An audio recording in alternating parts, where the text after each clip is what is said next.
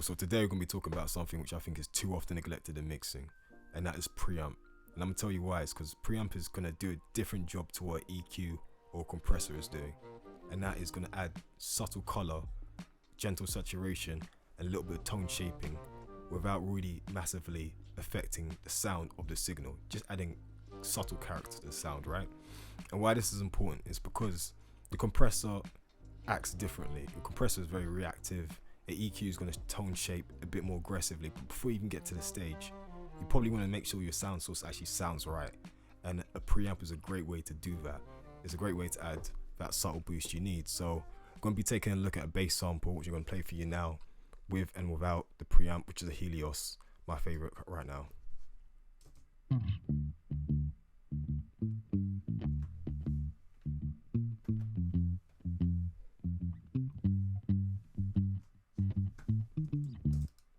Alright, and that's just with the preamp now.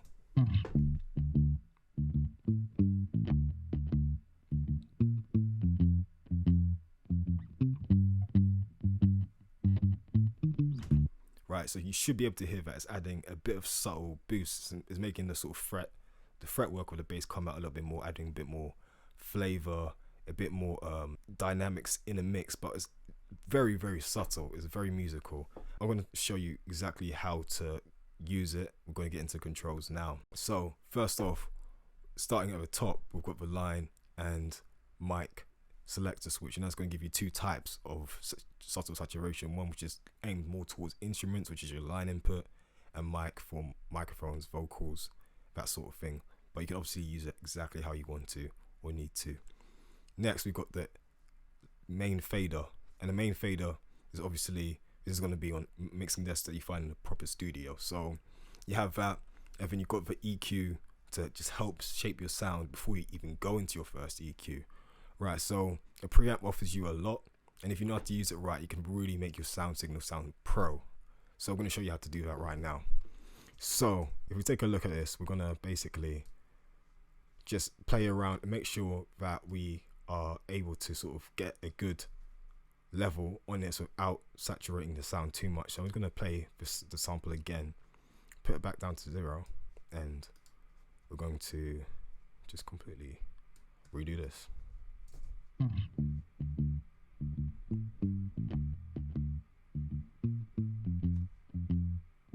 So first up, I'm going to just boost the line because I already know that I want to obviously just add a bit of subtle saturation. But for that, what's really, really important here is that I've touched down the gain, and this is going to basically subtly just bring down a level. It's only by 5. I could have gone by 10 because obviously you notice, I'm going up by 10 here theoretically and down by 5 here. That's going to add a subtle boost without changing the loudness too much, right?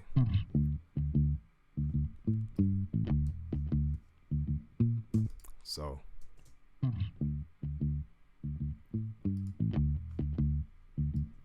very subtle boost, but it's going to make your sound even warmer before it goes into compressor. It's going to really bring out the detail that you want. And sometimes it's just a case that, you record a sound, it sounds a bit too lackluster. A preamp is there to help you bring out the character of your sound. And a great way to do this is with the EQ as well. And what I really like about the Helios EQ is that it offers very simple and smooth, transparent sound. So on the top end, you can quickly roll off or, boost the highs. So you can do that.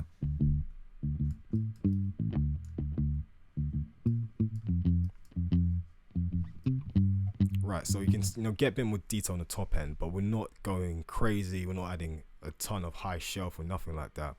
But what's really my favorite control here is the mid. And I think all the magic, particularly on this plugin, is going to do so much. We're going to take a look at another couple of preamps afterwards, but we're really going to focus on this one because it offers a lot of tone shaping, along with the Neve. It offers a lot of different sound capabilities. And what I love about this is you choose an area of the frequency spectrum. So here I'm going to choose 2K, and then we're going to boost it subtly. You can actually go pretty wild with this. Right, so now you're starting to sound a bit horrible, but that's all the way up, and it already kind of still has a sound. If I just touch it down, it still sounds usable. Right, okay, so I don't actually want it there. Let me see if 2.8 is better here.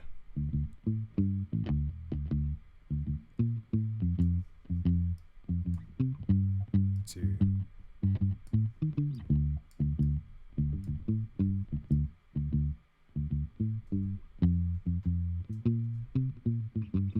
Alright, so I like 2.8 here because it's just adding a bit more fretwork detail here. Obviously, this is all to taste. It's all about the wider context of your mix as well. So I often, encourage you to use these at the start of your chain pretty early on, and you just sort of go through, make sure your preamp levels are right. So what I love about this as well is that it's got like a really, really nice subtle bass boost. And sometimes, you record something, it's lacking a bit of bass. You want the smooth, buttery bass added into the mix, and this will do it perfectly. So where you're going to use the selector to go up to 120 hertz, everyone's just going to boost from here, and you're going to notice on this one that you can get pretty aggressive without actually losing the sort of sound of the source.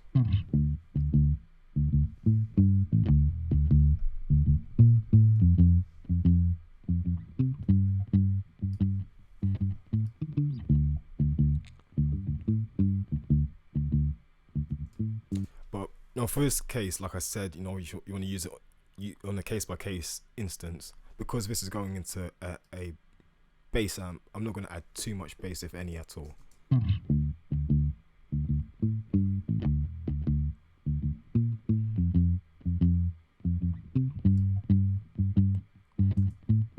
Right, so cool. I think we've got a good sound. So let's just go check in A/B what that's like.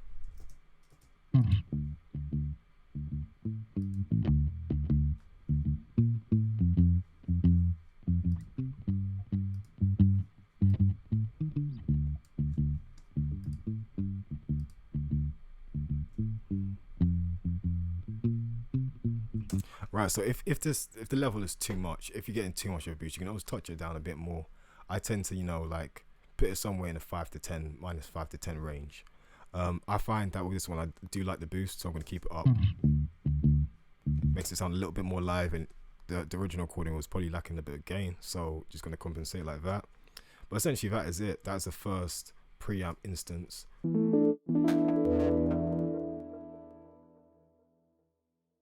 So next up, we've got the API Vision channel strip, and this has got a brilliant preamp sound. It's very simple, and as you can see, you get a few more controls, but this is not a dedicated preamp. So essentially, where the Helios will be a dedicated preamp over here, on this one, you're just getting essentially these controls which affect the preamp. So you get a low cut if you need to. Just do that on a signal, for example, on mics. That could be very useful. Getting a phase invert, and you're kind of getting a pad, and you obviously get your line selector between your mic and your line input.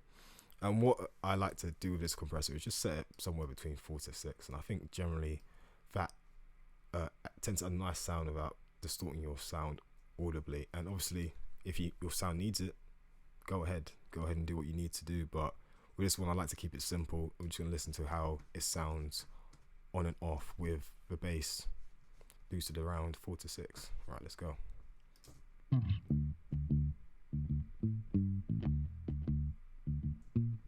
All right.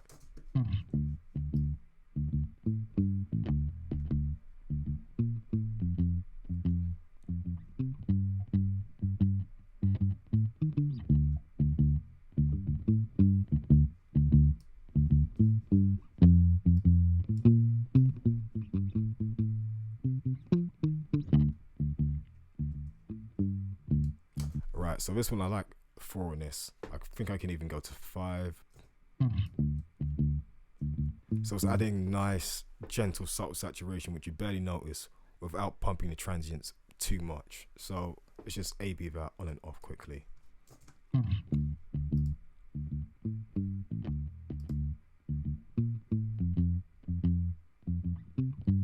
what's nice about this API preamp is it's not really going too crazy with a level.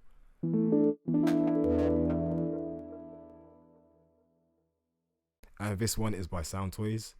And this one's interesting because you get a couple controls which you don't often get on a preamp, which is your mix and your bias. And a preamp tends to just stick on your sound and just stay there. But with this one, you kind of get the ability to mix it in, to blend it in, maybe even automate it if you want to. But with a preamp, I really think it's just a stick and set kind of situation, right? And you could automate it with different effects later on. But let's listen to this one. And here, the bias is going to add a nice, we're not going to do anything with the noise, but the bias, what we'll do is help with high frequencies translate a bit more by adding a bit more top end to the signal. So let's listen to the sample with and without this preamp.